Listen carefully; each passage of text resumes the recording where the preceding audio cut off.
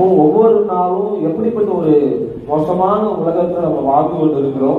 நிற்க பலனில்லாத உலகத்துல வாழ்ந்து கொண்டிருக்கிறோம். ஆனா ஒரே ஒரு பலன் உண்டு, அது நம்முடைய கர்த்தராகிய இயேசு கிறிஸ்து. உம்மாலே நான் ஒரு மதிலை தாங்குவேன், உம்மாலே நான் ஒரு சேனைக்குள் பாய்வேன். அது எவ்வளவு பெரிய காரியமா இருந்தாலும் நான் கர்த்தரை முன்பாய் வைத்திருக்கிறபடியாக நான் அசைக்கப்படுவதில்லை, அசைக்கப்பட்டு போக மாட்டேன். அதை நான் நம்புறேன். கர்த்தர் எனக்கு அப்படிப்பட்ட ஒரு காரியத்தை செய்ய போதுமானது. யோசபாத் சொல்லுகிற ஒரு வார்த்தை, அவனை சுற்றிலும் சத்துருக்களும் விரோதங்களும் எழுப்பி நிற்கும் போது அவன் சொல்றான், என்னால நிற்க பலன் இல்லை, எனக்கு என்ன செய்யணும்னே தெரியல. அநேக நேரம் அநேக பிரச்சனைகள் உங்க வாழ்க்கையில வரும்போது என்ன செய்யணும், யாரை பார்க்கணும், எப்படி பார்க்கணும், இதை எப்படி நம்ம சமாளிக்கிறது எதுவுமே தெரியாது. பாருங்க, எதுவுமே தெரியாது. எல்லாமே பிளாக்கா இருக்கும், எல்லாம் இருளாவே தான் இருக்கும்.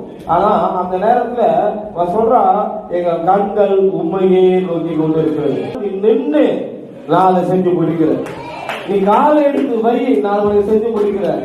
காலை எடுத்து வைக்கிறதுக்கு முன்னாடியே இது நடக்குமா, இது நடக்காதா, இது முடியுமா, இது முடியாதா, அது உன்னுடைய வேலை அல்ல, அது அவருடைய வேலை, சொன்னவருடைய வேலை.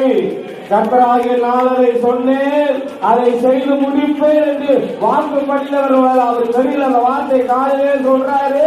நீ பலன் இல்லைன்னு சொல்லாத, நீ நின்று நான் உனக்கு பலன் தரேன், நீ நின்று நான் உனக்கு பலன் தரேன். நீ யுத்தம் கர்த்தருடையது. வார்த்தை நீ நின்று பஸ்ட், நீ உட்காராது, நீ நின்று நான் பாத்துக்கிறேன்.